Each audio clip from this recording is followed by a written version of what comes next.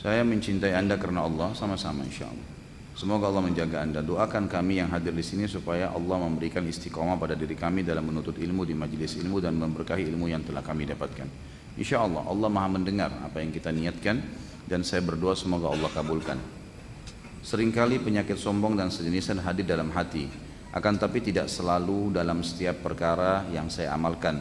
Karena sombong ini masuk ke dalam dosa besar. Bagaimana cara kami menghapus dosa itu? Mengingat kadang-kala kesombongan itu muncul lagi di lain waktu dan terjadi begitu saja tanpa rencana. Seperti umumnya semua sifat buruk teman-teman sekalian, oleh syaitan dibisikkan supaya keluar. Kasus misalnya saya kasih contoh pernah riya. Riya itu kan memperindah ibadah karena Allah, gitu kan? Maka dia akan selalu dilintaskan oleh syaitan di setiap awal amal. Di setiap awal amal pasti tidak ada ibadah itu yang tidak dilintaskan riya oleh syaitan, karena riya adalah jalan pintas untuk membatalkan ibadah kita. Kata Nabi SAW, al-yasiru minar riya syirkun, sedikit saja dari riya sudah cukup menjadi syirik, sudah cukup menjadi syirik.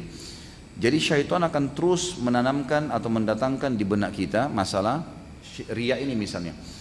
Maka tergantung kita mengiyakan atau tidak. Kalau kita mengiyakan, mengikuti alur pikiran yang setan bisikkan dari riya itu, maka kita jadi riya, gitu kan?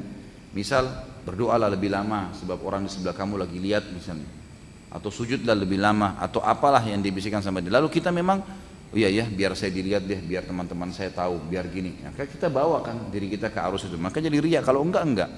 Sama dengan kasus sombong, sama kasus sombong. Syaitan akan bisikkan di benak kita. Makanya tadi bahasanya di sini, saya kadang-kadang tidak rencanakan. Memang itu tidak direncanakan. Kalau ada orang rencanakan itu sudah sangat buruk ya.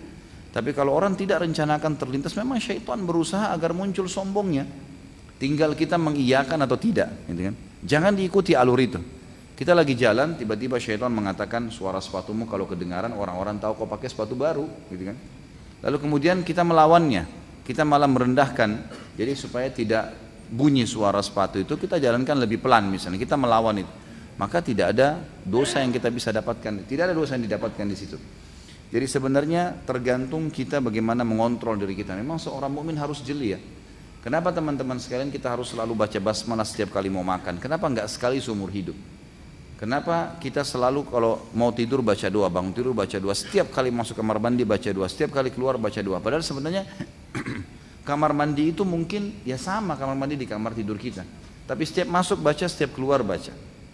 Karena memang kita butuh selalu kontak dengan Allah Subhanahu wa taala, tidak cukup dengan sekali. Begitu pula dengan syaitan menggoda manusia, dia akan ikuti setiap